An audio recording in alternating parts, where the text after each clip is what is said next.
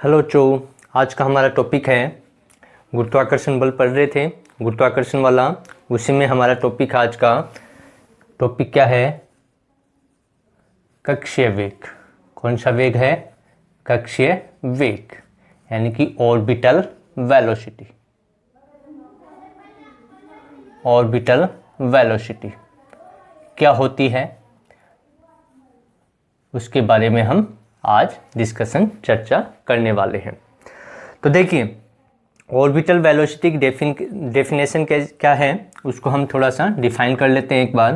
कि मान लो ये पृथ्वी है, ये हमारी क्या है? पृथ्वी। ये इसका केंद्र हो गया पृथ्वी का, और ये हो गई पृथ्वी की मान लो त्रिज्या कैपिटल आर। अब किसी पिंड को या किसी उपग्रह को हम कहें कि इस पृथ्वी की सतह से, जैसे यहाँ से हम कोई वेग देते हैं, क्या देते हैं? एक वेग देते हैं।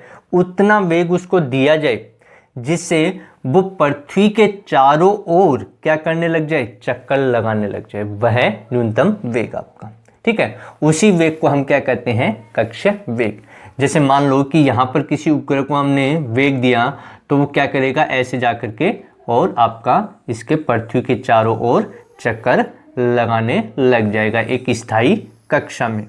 तो इसी जो आपका वेग जो हमने दिया यहाँ पर, उसी वेग को, जिस वेग के कारण जो उपग्रह है वो पृथ्वी के चारों ओर क्या करने लग जाए? एक स्थायी कक्षा में चक्कर लगाने लग जाता है। तो उस वेग को जैसे यहाँ पर हमने दिया, तो वो ऐसे जाएगा, फिर वो इसके चारों ओर क्या करने लग जाएगा? चक्कर।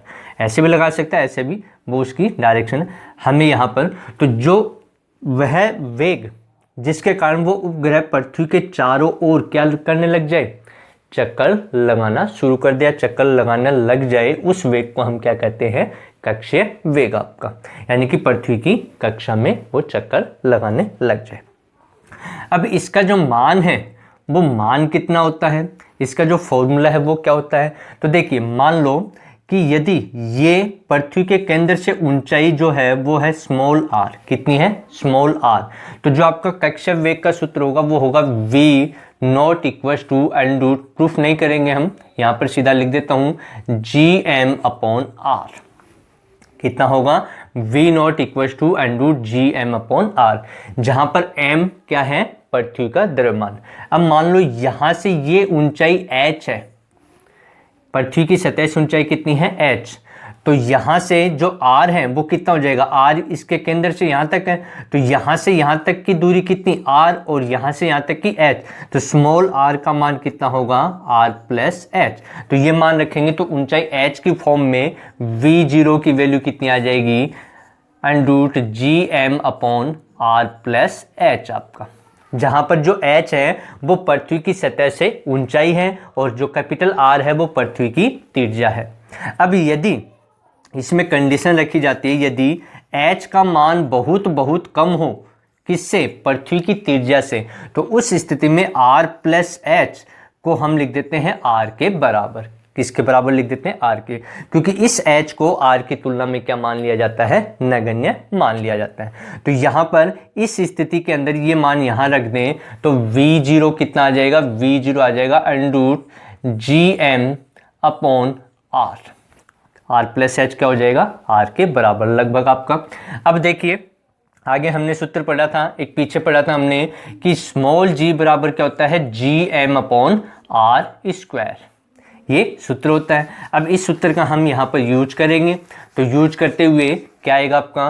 तो यहाँ से देखिए, gm का मान मैं निकालना चाहूँ तो इसको इधर गुणा कर दूँ तो आ जाएगा gr स्क्वायर। अब ये gm का मान इसमें रख देंगे, तो इसमें रखेंगे तो v0 आ जाएगा आपका अंडर रूट, gm की जगह क्या रख दूँ? gr स्क्वायर अपॉन में क्या है आपका? r। तो एक r से r कैंसिल हो गया, तो v0 कितना आ गया आपका? Under root gr। ये आपका कक्षीय वेग का सूत्र है, ये भी आपका कक्षीय वेग का सूत्र है। अब यहाँ पर g का मान रख दो और पृथ्वी की त्रिज्या r का मान रखेंगे, तो v0 का मान आएगा आपका 7.92 किलोमीटर पर सेकंड आपका। तो ये आपका कोई उपग्रह यदि पृथ्वी के आसपास यानी कि पृथ्वी के कक्षा में चक्कर लगा रहा है कक्षीय वेग से, तो उसका वेग कितना होगा 7.92 किलोमीटर पर सेकंड आपका। तो इसको हम बोलते हैं क्या, कक्षीय वेग आपका। अब हम कुछ विचार चर्चा करेंगे। क्या करेंगे हम, देखिए आप मान लो कि ये पृथ्वी की सतह, ये क्या है, पृथ्वी की सतह, पृथ्वी की सतह। अब हमें ये पूछा गया है कि जो उपग्रह हैं वो अलग अलग कक्षा में आपके चक्कर लगाते हैं आपका, तो उस ऊंचाई का मान बताइए जो पृथ्वी के समीप, सबसे समीप आपका क्या करता है, पृथ्वी के चारों ओर चक्कर लगाता है। तो मान लो यहाँ से वो ऊंचाई है h, जो पृथ्वी के सबसे पास की ऊंचाई है। तो इस ऊंचाई का मान हमें बताना है जिसमें आपका क्या है, कोई उपग्रह चक्कर लगाता है। तो उस ऊंचाई का मान होता है पृथ्वी के समीप सबसे पास की जो आपका उपग्रह जो चक्कर लगाते हैं उसकी जो ऊंचाई है वो कितनी है, 900 किलोमीटर। कितनी है ऊंचाई, 900 किलोमीटर। तो यहाँ पर कोई चक्कर लगा रहा है, ठीक है, कितनी ऊंचाई पर, पृथ्वी तल से h बराबर 900 किलोमीटर की ऊंचाई पर। तो यहाँ पर जो चक्कर लगाएगा कोई उपग्रह, क्या लगाएगा, उपग्रह, उस उपग्रह की कोई चाल होगी, क्या होगी, चाल यानी कि वेग होगा, जिसको हम कक्षीय वेग कह रहे हैं आपका। तो उसका वेग कितना होगा, उसका वेग का जो मान होगा यहाँ पर जो चक्कर लगा रहा है उसका वेग का मान कितना होगा आपका। तो वेग का मान कितना होगा, 7.92 किलोमीटर पर सेकेंड। ये जो हमने निकाला वो यहाँ पर आपको देखने को मिलेगा। अब ये वेग मिल गया तो हमें पूछना कि इसका आवर्तकाल कितना होगा, यानी कि कितने समय में पृथ्वी का एक चक्कर लगा देगा। तो लास्ट वीडियो भी हमने देखा था, तो यहाँ पर कि जो आवर्तकाल होगा, जो समय होगा वो कितना होगा, 84.6 मिनट के बराबर। यानी कि 84.6 मिनट में ये उपग्रह क्या करेगा, पृथ्वी का एक चक्कर कंप्लीट कर लेगा आपका। तो ये ध्यान रखना कि पृथ्वी के सबसे पास की जो कक्षा है उसमें जो उपग्रह छोड़े जाते हैं उसकी ऊंचाई कितनी है, कितनी ऊंचाई है, 900 किलोमीटर। और वो जो आपका उपग्रह 900 किलोमीटर की ऊंचाई पर चक्कर लगा रहा है उसकी स्पीड कितनी है, कक्षीय वेग कितना है, यानी कि किसी वो कक्षा में तो चक्कर लगा रहा है, इसीलिए तो हम इसको क्या बोलते हैं, कक्षीय वेग आपका। तो कितना है उसका कक्षीय वेग, 7.92 किलोमीटर पर सेकंड। और जो चक्कर लगा रहा है आपका, क्या कर रहा है, इसके अंदर पृथ्वी के चारों ओर चक्कर लगा रहा है, तो वो कितने समय में पृथ्वी का एक चक्कर लगा देगा। तो हमें पता होना चाहिए कितना है, 900 किलोमीटर की हाइट, ये स्पीड, और ये उसका क्या है, एक चक्कर लगाने में लगने वाला समय, लगभग 1.5 घंटे के आसपास, यानी कि 84.6 मिनट के पास आपका। अब आगे देखिए, इसमें ये तो था सब पृथ्वी के सबसे निकट जो आपका उपग्रह है। अब हम बात करें कि ये मान लो पृथ्वी की सतह है, ये क्या है, पृथ्वी की सतह, ये तो सबसे पास का है, पृथ्वी की सतह। अब वो ऊंचाई बताइए जो उपग्रह होते हैं वो सबसे दूर, क्या, सबसे दूर जो उपग्रह है उनकी ऊंचाई कितनी होनी चाहिए पृथ्वी तल से। तो वो जो ऊंचाई है वो कितनी होनी चाहिए, वो भी हमें पता होना चाहिए आपका।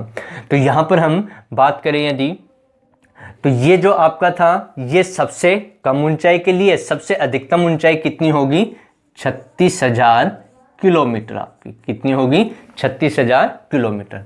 यहाँ पर जो उपग्रह होगा उनकी जो ऊंचाई है वो कितनी होगी, 36,000 किलोमीटर।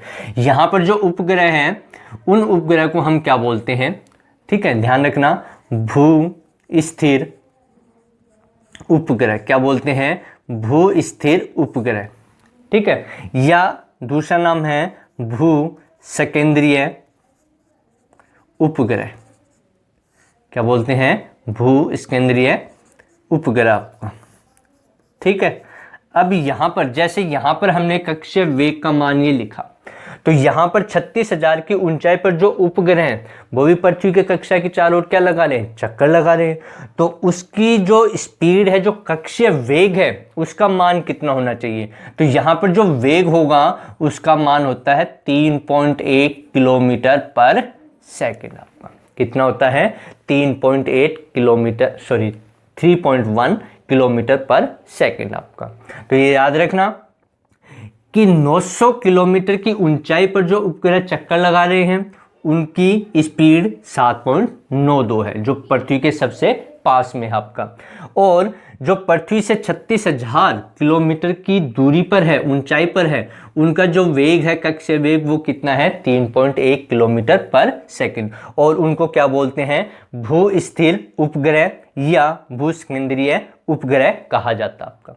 ठीक है। अब यहाँ पर जैसे आवर्तकाल या हम समय की बात करें कि कितने समय में वो चक्कर लगा रहा था, इसके लिए था आपका 84.6 मिनट। तो इसके लिए समय कितना होगा? तो इसके लिए याद रखना कितने हैं? 24 घंटे। यानी कि कितने घंटे में?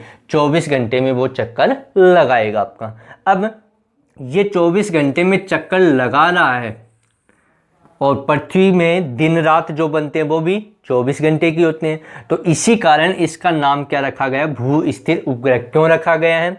कि जो पृथ्वी जब घूमती है अपनी एक्स पे, तो उसी स्पीड से ये आपके जो उपग्रह हैं इतनी ऊंचाई पर, वो भी उसी स्पीड से घूमते हुए चलेंगे आपके। तो वहां पर जब दो वस्तुएं एक दूसरे के साथ में बराबर चलती हैं, एक ही स्पीड से चलती हैं, तो वो एक दूसरे के सापेक्ष जो वेलोसिटी होती है, सापेक्ष जो वेग होता है, वो आपका जीरो हो जाएगा। यानी कि या ये वाला और पृथ्वी का दोनों का वेग समान है, तो एक दूसरे के सापेक्ष वो कैसी दिखाई देंगी? स्थिर दिखाई देती हैं। इसीलिए इस उपग्रह को क्या बोला गया? भू स्थिर उपग्रह कहा जाता है। क्या कहा जाता है? भू स्थिर उपग्रह कहा जाता है।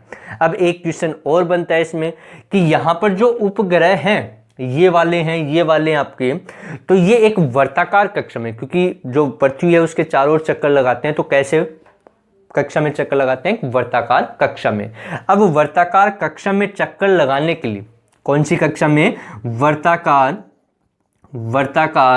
कक्षा में चक्कर लगाने के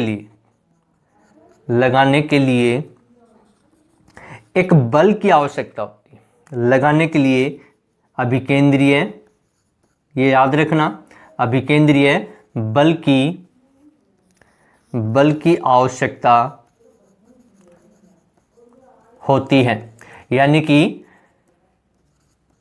पृथ्वी के चारों ओर जो उपग्रह चक्कर लगा रहे हैं, तो उनको वर्ताकार कक्षा में चक्कर लगाने के लिए कौन से बल की आवश्यकता होती है? अभिकेंद्रीय बल की आवश्यकता होती है। अब ये पूछ लें कि जो अभिकेंद्रीय बल की आवश्यकता होती है वो कौन प्रदान करता है? तो ये जो बल प्रदान किया जाता है वो पृथ्वी और उस उपग्रह के बीच में जो भी, जैसे ये उपग्रह है या फिर ये वाला है, जो भी उपग्रह, तो पृथ्वी और उपग्रह के बीच में जो गुरुत्वाकर्षण बल लगेगा, क्या लगेगा? पृथ्वी और उपग्रह के बीच में जो गुरुत्वाकर्षण बल लगता है, वही गुरुत्वाकर्षण बल हमें क्या प्रदान करता है? अभिकेंद्रीय बल प्रदान करता है। और उसी अभिकेंद्रीय बल के कारण ये क्या करता है? आपका पृथ्वी के चारों ओर क्या करते हैं? चक्कर लगाते हैं आपके। ठीक है। तो ये आपका, और देखिए अब इसमें हम बात करें कि जो ये आपका भू स्थिर उपग्रह है, इनका यूज क्या है? ये कौन सी कक्षा में आपके चक्कर लगाते हैं? तो इसका जो यूज किया जाता है, जो आपके भू स्थिर हैं, जिसको हम जीपीएस ट्रैकर कहते हैं। क्या कहते हैं? जीपीएस ट्रैकर आपका, यानी कि संचार तंत्र। कौन से तंत्र? संचार तंत्र की स्थापना में इस उपग्रह को उपयोग किया जाता है। कौन से उपग्रह को? भू स्थिर उपग्रह को किसके लिए उपयोग में किया जाता है? जो जीपीएस ट्रैकर आजकल सबसे ज़्यादा यूज होते हैं संचार तंत्र में, उनकी स्थापना करने के लिए इसका उपयोग किया जाता है। अब एक चीज़ और है इसमें कि जो ये कक्षा, इसकी जो कक्षा है, वो उसका जो तल है, ये जो आपका है, इसकी जो कक्षा है, इसका जो तल होगा वो कैसा होगा? उसका जो तल है वो भूमध्य रेखीय होगा। इसका जो तल है वो कैसा होगा? भूमध्य रेखीय होगा। भूमध्य रेखीय होता है। ये भी ध्यान रखना कि जो आपके भू स्थिर उपग्रह वगैरह होते हैं, ठीक है, तो इनका जो उपयोग किया जाता है वो किसके लिए, किनकी स्थापना करने के लिए? संचार तंत्र की स्थापना करने के लिए। और इनका जो तल होता है वो कैसा तल होता है? भूमध्य रेखीय तल होता है आपका। अब एक चीज और होती है आपकी कि एक पृथ्वी तल से, कहां से? पृथ्वी के तल से, जिसको हम बोलते हैं रिमोट सेंसिंग सैटेलाइट,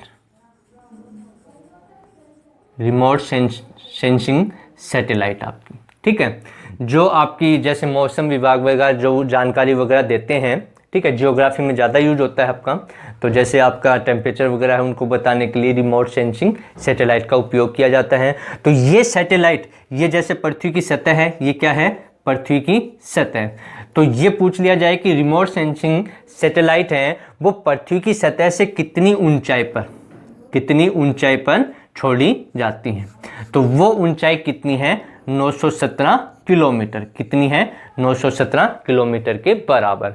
यहाँ पर ये उपग्रह आपके बनाए जाते हैं जिसमें रिमोट सेंसिंग सैटेलाइट यूज की जाती है, जिसका उपयोग क्या होता है, इनका उपयोग होता है जो आपके मौसम वगैरह होते हैं या तापमान है उनकी जानकारी देने के लिए इनका उपयोग किया जाता है। एक होता है आपका ध्रुवीय उपग्रह, क्या होते हैं, ध्रुवीय उपग्रह।